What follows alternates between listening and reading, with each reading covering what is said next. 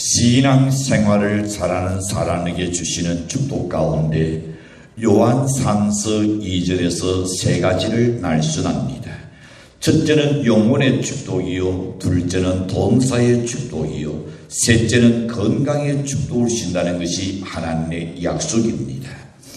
동해 제1침례교회의 지난 한 해를 돌이켜보는 코로나 위기 가운데서도 필리핀 세부의 교회를 하나를 완공하고 그곳에서 교회가 세워진 것이 큰 보람입니다. 그리고 현재 린다나오의 두 번째 교회가 시스라봇까지 다 쳐진 사진을 제게 보내신 것을 보았습니다. 또한 그것 기쁜 일이지요. 그런가는 금년에 국내의 대학을 선교하는 대학교회를 선정해서 선교할 수 있었다는 것 또한 하나님의 은총이요 성도들의 헌신과 축복입니다. 여러분 주변에 보시는 선교가 하나도 늘어났네 하고 보시게 될 겁니다.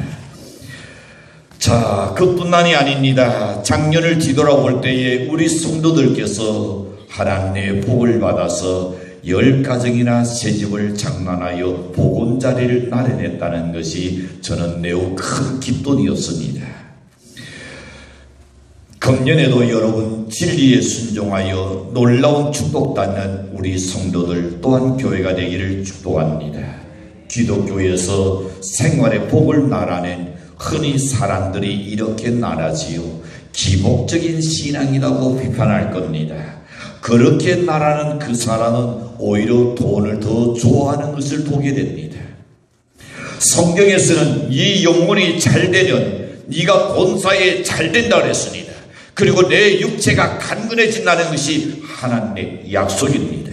결코 기복이 아니라 신앙의 열매로 하나님께서 우리의 돈사에 우리의 육체의 강건함을 약속해 주셨기 때문입니다. 주님께서 가난하게 되신 것은 성경에서 뭐라고 말씀합니까? 가난한 너희를 부유케 하려 하니라 그랬습니다. 예수님께서 내가 칠세 낮음으로 말미암아 너희가 나음을 입었도다라고 말씀하셨습니다. 이 세상에는 많은 교회들이 있습니다. 그 중에 크게 부흥해서 성도의 가정이 축복받고 하는 사업이 번영되고 주님의 분부와 명령에 따라서 크게 일하는 교회가 있는가 하면 반면에 현상 유진하는 교회로 자체 교회 일에 난 얽매여서 남을 돌아보거나 큰 일을 한번 못하고 겨우 자기 교회에 유진한 긋긋한 그런 교회도 있습니다. 오히려 대부하는 교회도 있지요. 교회 자체 유지도 못해서 선교 뒤에 도움을 받아야 하는 그런 교회들도 없잖아 많이 있습니다. 개척한 지 얼마 안 된 교회라는 어쩔 수 없진 않은 세월이 많이 흘렀거나는 여전히 자리 못하는 교회들이 우리 한국의 85%입니다. 그렇다면 우리 교회는 어떤 교회가 되어야 하겠습니까? 뜨겁게 부흥하는 교회가 되어서 올해에 또 한 교회를 추가로 선교하게 된 것처럼 해나다 주님의 지상 명령인 선교하는 교회가 되어지기를 간절히 축복합니다. 다른 교회의 본을 보여주는 그런 교회 날입니다. 축복받는 모든 성도들이 점점 늘어나는 그런 교회의 날입니다. 그러니 어떤 교회가 과연 부흥하고 축복받는 교회인가를 본문의 말씀을 통해서 소개해드리며 은혜를 나누기를 원합니다. 첫 번째 생각해 봅니다. 칭찬 듣는 교회는 축복받는 교회입니다. 오늘 본문 8절과 9절에서 어느 교회를 칭찬했느냐? 서머나 교회의 사자에게 편지하면서 칭찬한 내용들이 있습니다. 세상에는 비난받는 성도가 있습니다. 또한 비난받는 교회도 없잖아 있습니다. 남들의 격렬히 여기고 멸시하는 그런 교회도 있습니다. 성령이 떠나가고 나기가 역사해서 교회가 아수라장이 되어버리는 좋지 못한 소문난 교회도 자꾸 쏟아지는 그런 교회들도 없잖아 있습니다. 목사가 어쩌니 장로가 어떻다느니 집사가 야 집사가 아니라 그 사람 잡사다. 성도가 그 사람이 신자가 아니라 순 사기꾼이다, 온갖 티나 낳는 교회들도 없잖아 있는 겁니다. 그러나 선언아 교회는 칭찬 듣는 교회였습니다. 좋은 소문이 자꾸만 던져 나가는 교회였습니다. 여론 혹 한번 예외는 있을 수 있어요. 그러나 대체로 보낸 부모에게 칭찬받는 자식들, 이웃 집 사람들에게 칭송을 받는 그런 자녀들, 그리고 학교에서는 선생에게 칭찬받는 사람들, 직장에는 모든 상관들이나 아래 사람에게 칭찬 듣는 사람들, 어떻게 될까요? 점점 잘 되게 되어 있습니다. 우리 교회도 여러분 서너나 교회처럼 칭찬만 듣는 그런 축복받는 교회가 될 수 있기를 간절히 축원합니다. 그런데 칭찬은 그냥 오는 게 아니에요. 역사가 오래돼서 되는 것도 아닙니다. 건물이 크거나 아름답다 해서 되는 것도 아닙니다. 칭찬 듣는 교회는 특징이 있습니다. 그러는 그 특징 중에 첫 번째 보시는 주님의 일에 힘쓰는 교회였습니다. 사도행전 2장 43절에 보시는 초대교회의 노선을 따라합니다. 이 교회는 성전의 노예이기를 힘썼고 그랬습니다. 두 번째는 기도하기를 힘썼고 그랬습니다. 셋째는 성도들 간에 서로 사랑하며 전도하기를 전혀 힘쓰더라. 우리 교회도 내사에 놓여서 성경 공부에 힘쓰고 기도에 힘쓰고 셀 가족들을 돌아보고 전도하기에 힘쓸 때에 칭찬 듣는 교회가 될 수 있으며 축복받는 교회가 될 수 있는 줄로 믿습니다. 축복받기를 원하신다면 서너나 교회처럼 주님의 일을 우선순위로 힘써보시는 연대시기를 난 부탁합니다. 그러면 반드시 하나님의 복이 있으라고 믿습니다. 칭찬 듣는 교회는 그다음 보시는 헌금하는 일에 열중하는 교회였습니다. 헌금 생활이 신앙에 있어 그렇게 중요한 것인가 하고 단문할 줄 모릅니다. 그러나 헌금 생활은 중요합니다. 왜 그럴까요? 주님께서 이렇게 말씀합니다. 네 물질이 있는 곳에 네 마음이 있느니라. 하나님께서는 또한 이렇게 말씀합니다. 물질과 나와 동등하게 섬길 수 없다 그랬습니다. 물질을 사랑하는 것은 하나님을 마음에서 멀리하고 있다는 겁니다. 헌금 생활은 믿음의 표현입니다. 믿음의 척도인 것입니다. 믿음이 없이는 누가 강요한다 해서 할 수 있는 것이 아니지요. 11조 생활 감사한 것 몰라서 안 하는 게 아닐 겁니다. 아까워서 못하는 거죠. 잃어버리는 그런 심정이라서 못할 겁니다. 빼앗기는 심정 같아서 못할 겁니다. 왜? 하나님보다 그의 마음속에 물질이 우선이기 때문입니다. 그러니 자연적으로 헌금 생활을 할 수가 없을 겁니다. 그러나 헌금은 힘대로 해야 합니다. 기쁨으로 해야 합니다. 즐거움으로 해야 할 줄로 믿습니다. 헌금은 세금도 아닙니다. 등록금도 아닙니다. 자발적으로 하는 감사의 표현입니다.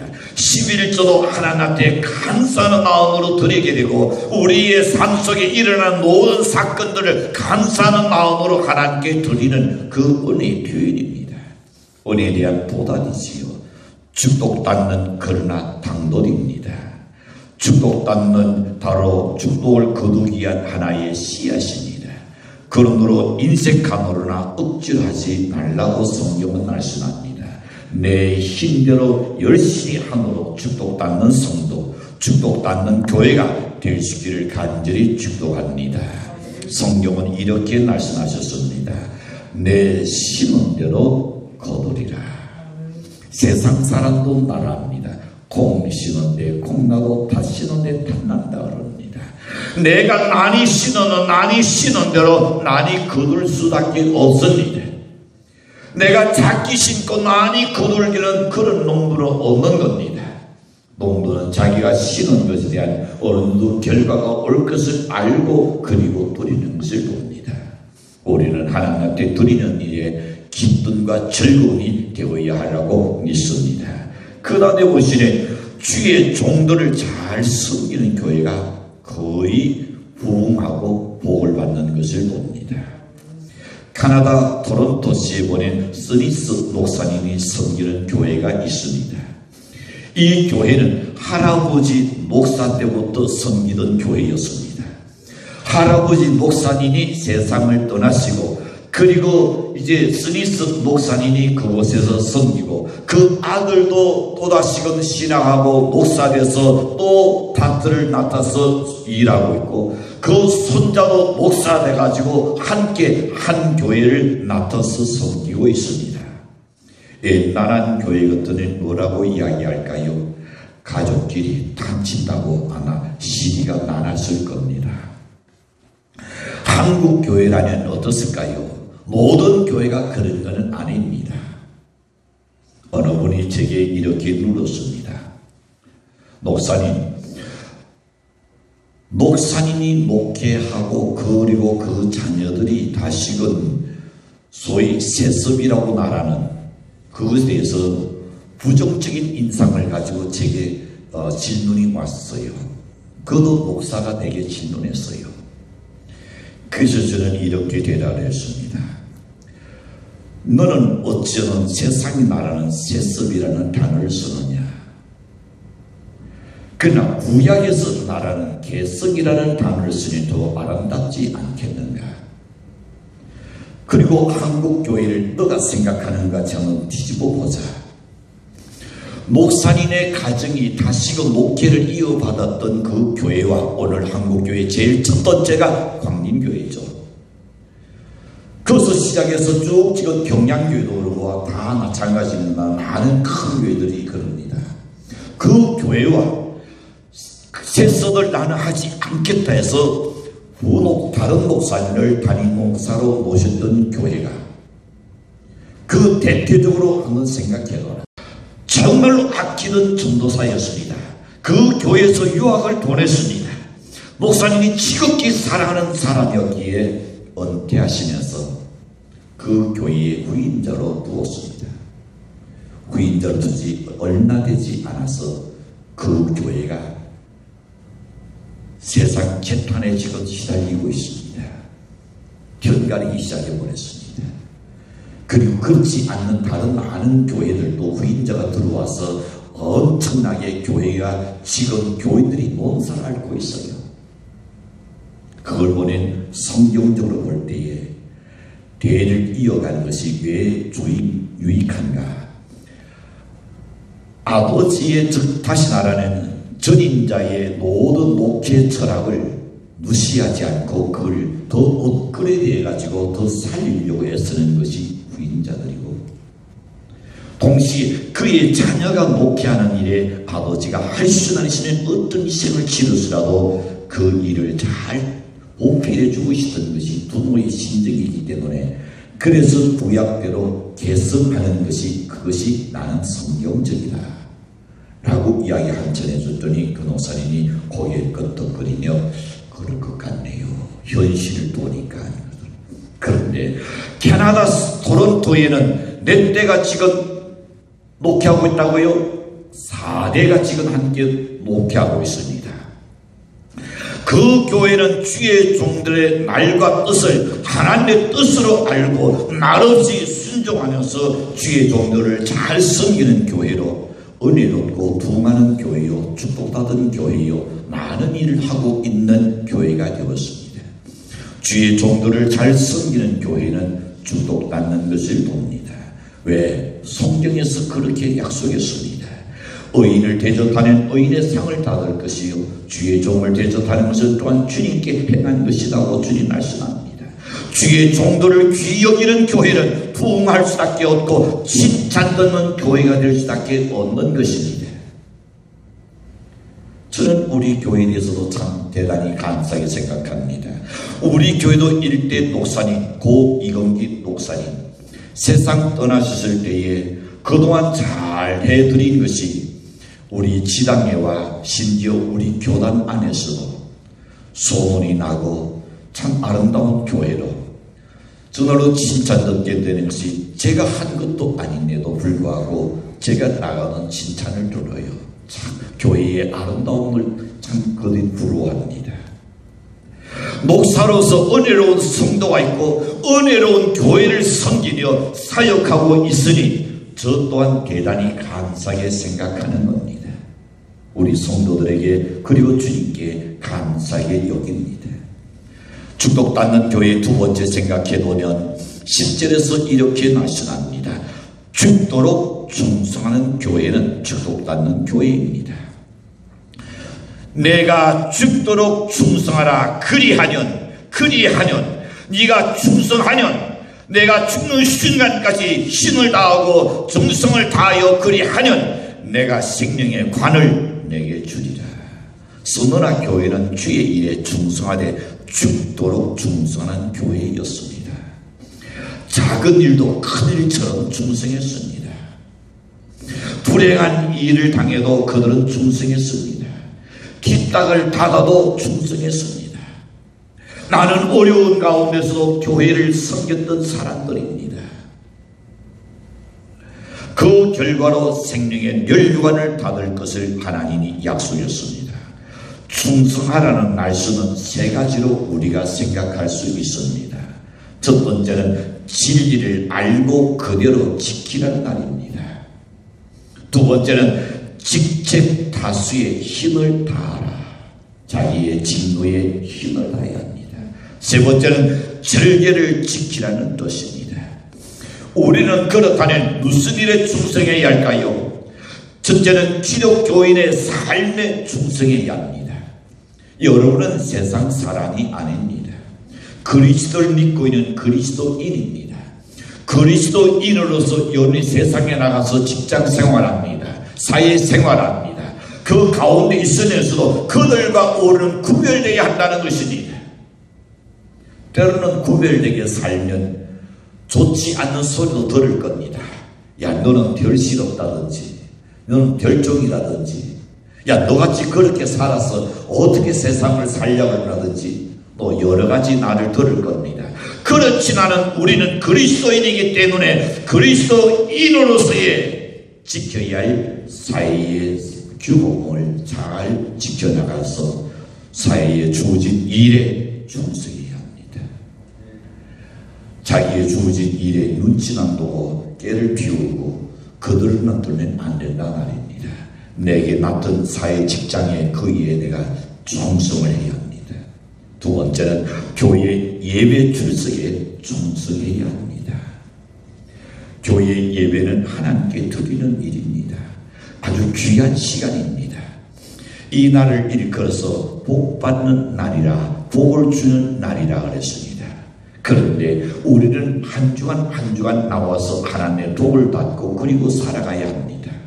근데 우리가 한번 걸러버린다면 그만큼 우리 영혼이 굶주릴 수밖에 없는 겁니다. 셋째는 봉사하는 일에 충성해야 합니다. 어떤 일이든 간에 봉사할 일이 있다면 탈 걷어붙이고 먼저 내 앞장서 봉사해야 한단 말입니다. 나 그럴 일은 없겠지만은 오늘 오후에 만약에 무슨 일을 좀 합시다. 우리 함께 모여서 일을 했으면 좋겠습니다. 일이 끝나자마자 총알같이 달려가는 것이 아니고 내빼는 것이 아니고 여러분 함께 봉사하는 일에 봉사할 때에 무엇이 신앙이 성장합니다. 성도와 성도들 간에 나오되 더 깊은 교류를 나눌 수가 있습니다. 그래서 봉사할 때에 신앙이 성장할 수 있는 거로 봉사하는 일에 충성해야 할 줄로 믿습니다. 어떻게? 죽도록 봉사에 충성하는 자에게 기쁨의 선물이 올 줄로 믿습니다. 자기 의무를 다하고 나는 어떻든가요? 만족하지 않아요? 나음의 기쁨이 있지 않아요? 열흘이 생각해도 이 일을 어떻게 내가 감당할까라고 생각했다가 그 일을 다 이루고 나면 참 대견하다. 아무개야 참 잘했다. 그 힘든 것 자기가 자신에게 격려해주고 칭찬해 줄 수 있듯이 말입니다. 죽도록 충성하는 생명의 멸류관을 안겨주신다고 분명히 우리에게 약속했습니다. 옛거에 이런 날이 있으리라. 악천은 남편이 병들거나 재산이 몰락할 때에 버리고 달아난다. 열녀는 어려울 때에 남편에게 충성을 바쳐서 그의 참마음을 보이는 것이다 그랬습니다. 간신은 어떨까요? 교란할 때는 인간에게 아부하지만은 난시에는 대반해버리는 것입니다. 진실한 성도는 누가 알아주든지 안 알아주든지 관계하지 않습니다. 자기 맡은 일에 충성하게 될 줄로 확신합니다. 상근이 있든지 없든지 관계하지 않습니다. 자기 직무에 충성을 다할 뿐입니다. 사랑하는 동해 제일 진영의 성도 여러분, 우리는 맡은 일에 충성을 다하시는 연대시를 축도합니다. 충성하는 사람에게 주시는 놀라운 축도, 생명의 멸류관을 다 받는 저와 연대시를 간절히 축도합니다. 세 번째 보시는 서로 돕고 전도에 힘쓰는 교회가 축복받는 교회입니다. 성령이 역사하는 교회는 서로 돕고 전도에 힘쓰는 교회가 되어야 합니다. 우리는 세상에 홀로 살아갈 수 없습니다. 독불장군은 결코 없는 겁니다. 상부상조 안에서 살아가는 것이 사회입니다. 우리는 서로 도와주어야 합니다. 한 예를 들어봅니다. 여러분이 물건을 사려고 할 때에 교인집에 가서 사주고, 좀 힘이 들고 불편하더라도 교인의 물건을 팔아주고, 파는 사람은 어떨까요? 이익이 좀 덜 남는다 하더라도 친절하게 대해줘야 하는 겁니다. 교인의 가게를 앞들 지나갈 때에 못 본 척하지 말고 일부러 인사도 해서라도 그 순간에 피곤에 지쳤던 사람이 마음의 쉼을 또한 얻게 될 줄 있으라고 믿습니다. 또한 여러분, 혼인을 한다든지 아니면 해각을 낮았다든지 칠순이나 아니면 팔순이나 뭐 여러가지 아니면 백세, 이제는 백세 시대니까요. 자, 장례식이라든지 꼭 찾아가 볼 수 있는 교회, 저는 우리 교회의 성도들에게 참 그것은 감사하게 생각해요. 거의 대체로 보낸 어려운 장례식 문제가 있다든지 어떤 문제가 생기면 빠지지 않고 꼭 찾아갑니다. 자기 죽을 날은 아직 가나득한데, 자기는 돌아갈 분호도 안 계시는데 그런 거 생각지 않습니다. 그럼에도 불구하고 꼭 찾아가서 문상도 하고 격려도 해주고 위로도 해주는 그런 우리 성도들의 이 모습이 너무나 아름다웠어요. 다른 사람의 경사에는 한 번도 안 가면서도 자기 가정에 일이 생길 때가 되면 크게 강구하고 또 오라는 것은 기억에 안 남는 일이지요. 성경에는 같이 절구하고 같이 설도하며 물건도 서로 사고 팔고 서로 나눠주고 좋은 일이나 나쁜 일이나 서로 도우면서 살아야 할 것을 성경은 말씀합니다. 누가 시연에 들었다는 그 사람을 위해서 전 성도가 한 마음으로 기도해준다는 성령은 강하게 역사라고 확신합니다. 우리 주님의 마지막 부탁이요, 유니 전도에도 열심을 내셔야 합니다. 어느 한 사람이나 아니면 몇 사람만이 해야 할 일이 아닙니다.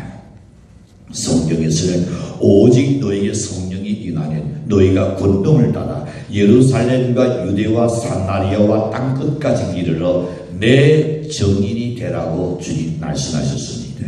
다시 말하면 구원받은 사람이라면, 하나님의 자녀되었다면 모든 성도가 모두가 전도인이 되어야 한다는 말입니다. 여러분, 주님한테서는 그날에 너는 몇 사람을 전도했느냐 묻는다면 뭐라고 대답하시겠습니까? 저는 물으실 것 같아요. 우리 어머니가 돌아가시기 전이었습니다. 1년 전에 이미 돌아가신다고 했을 때에 그때 어머니가 디동사동 간의 환상을 논해서 천국문에 이르렀는데 예수님이 묻더래요. 너는 어찌하여 찬송만 안 들고 성경책은 안 가져왔느냐. 그래서 어머니가 그랬답니다. 예수님 저는 까닭 눈이라서 성령 인력이 힘이 들어서 찬송만 널 불렀습니다. 돌아가라 그러더래요. 그리고 눈을 떴는데 그 후로 1년을 사셨어요. 1년 살면서 성경을 얼마나 열심히 있는지 몰라요. 눈만 뜨면 그저 몸이 아픈 빠지게도 계속 성경을 거요. 그러니 딱 1년 됐을 때에 그때의 어머니가 돌아가시기 전에 제가 부산서 사역하고 서울로 어머니 건강이 여의치 못하는 소리도 들어왔었습니다. 그리고 올랐더니 어머니 이야기를 해요. 나는 조금 후에 주님 나를 데려가실 거다 그래요. 그걸 어머니가 어떻게 아세요? 물었거든요. 어머니가 그러시더라고요. 하얀 말을 타고 쭉 달려오더니 흰 세마포를 하나를 어머니에게 던져주더래요. 지금 잊지 말고 조금 후에 입어라 그러더래요. 그리고 눈을 떴다는 거예요. 그러니 난 조금 후에 간다는 거예요. 진짜 어머니가 나는 토요일 주일 예배 때문에 부산 내려갔는데 그리고 주일 예배 다 드리고 그리고 12시가 지나서 월요일이죠. 그리고 세상을 떠나서 주님 돈에 가셨어요. 참 그 교회의 성대 목사님이 그날따라 잠깐 예배 드리고 가는 것이 아니고 와서 계속 찬송 불러주고 뭔가 연관이 있었지. 마지막 찬송을 부르면서 그 찬송을 듣다가 그리고는 주님 날아가셨다는 거예요. 여러분 오늘 우리는 구원받은 사람이라면 꼭 전도해야 합니다. 너는 왜 성경을 안 가져왔느냐고 물으신 그 주님께서 나는 너를 위하여 생명을 주었거나는 너는 과연 몇 사람을 나에게 전도했느냐. 주님 못했는데요. 나를 전하는 것이 그렇게 부끄럽더냐. 뭐라고 대답하시겠습니까? 나를 전하는 것이 너가 그렇게 부끄럽더냐고 물으신다면 우리가 얼굴을 어찌 들겠습니까? 때를 넣든지 놓든지 전도에 힘쓰려 되시길 바랍니다. 기업고 올해는 한 사람 이상씩 전도에 힘을 써서 열의를 쏟는 그런 교회, 후원하는 교회가 될 수 있기를 축도합니다. 요한복음 12장 11절에 보시는 나사로 까닭에 많은 유대인들이 예수를 믿었다고 말했습니다. 그래서 우리 교회는 안수 지사님 까닭에, 권사님 까닭에, 수석지사님 까닭에, 집사님 까닭에, 평신도 누구 까닭에 부흥됐다는 그런 간증거리가 폭발적으로 일어날 수 있기를 주님으로 축도합니다. 옛날 요셉 까닭에 이집트라는 한 나라가 완전히 뒤집어지는 놀라운 축복의 역사가 일어났었습니다. 옛날 요나 까닭에 니누성이 멸망할 자리에서 구원다는 것을 저는 생각합니다. 우리 교회에 나오는 성도 누구 까닭에 부흥이 일어나야 하지 않겠습니까? 그렇다면 누가 아닌 다른 아닌 바로 여러분이 주인공이 될 수 있기를 축복합니다. 어떤 사람 때문에 교회가 아수라장이나 아무기 때문에 성교회가 재직회가 안 된다 그런 말을 듣게 되면 안 됩니다. 그 사람은 비극이요. 우리 교회는 누구 때문에 누구 까닭에 크게 부흥된다고 하는 이런 놀라운 은혜가 그리고 생기는 그런 교회가 될 수 있기를 간절히 바랍니다. 우리 교회가 칭찬 듣는 교회, 죽도록 충성하는 교회, 서로 돕고 전도에 힘쓰는 교회로 비록 코로나 시기이지만 크게 부흥하여서 큰 일을 많이 하는 축복받는 교회가 될 수 있기를 주님으로 간절히 축복합니다. 기도합니다.